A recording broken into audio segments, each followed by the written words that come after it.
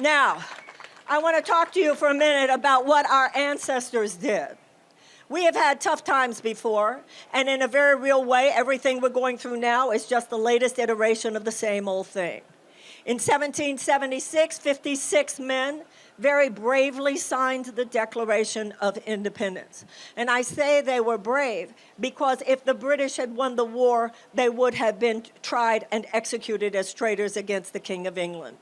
With the signing of the Declaration of Independence, they imbued the founding of a nation for the first time in history with the most radically enlightened principles of life and liberty and the pursuit of happiness, of the equality of all people, the very notion that all people should have a chance to thrive, all people should have a chance to spread their wings, all people should have a chance to self-actualize. And the government is only instituted to secure those rights, and if the government is not doing its job, it is the right of the people to alter it or to abolish it.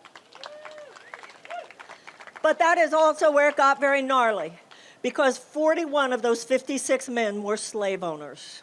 In other words, that is the American story.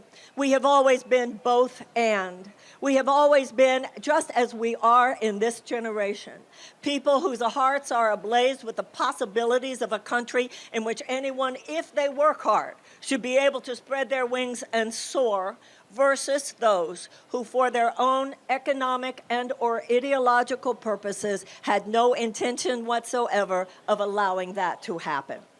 But if you look at the trajectory of American people, in terms of our history, we responded to slavery with abolition.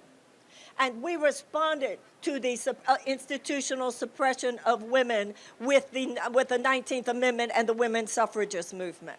We responded to the overreach of capital in the Gilded Age, the first Gilded Age, with the establishment of organized labor.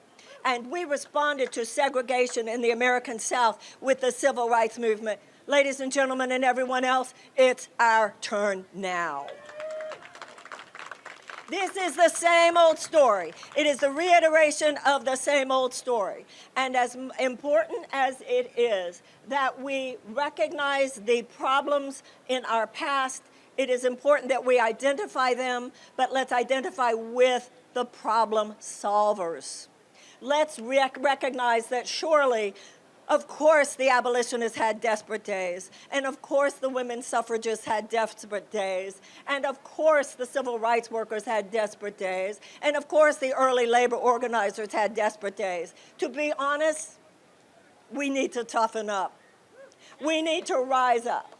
We need to stand not just against the institutional resistance to the full flowering of American democracy and justice in our time.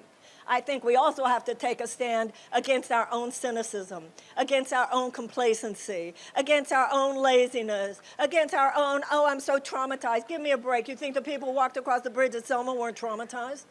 We all have to rise up to no longer be numb, to know that we do have power.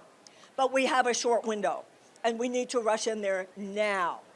Now, do I think that I'm the greatest visionary running in America? No, I don't think I'm the greatest visionary running in America, but I think I'm the only visionary running for the Democratic nomination for president.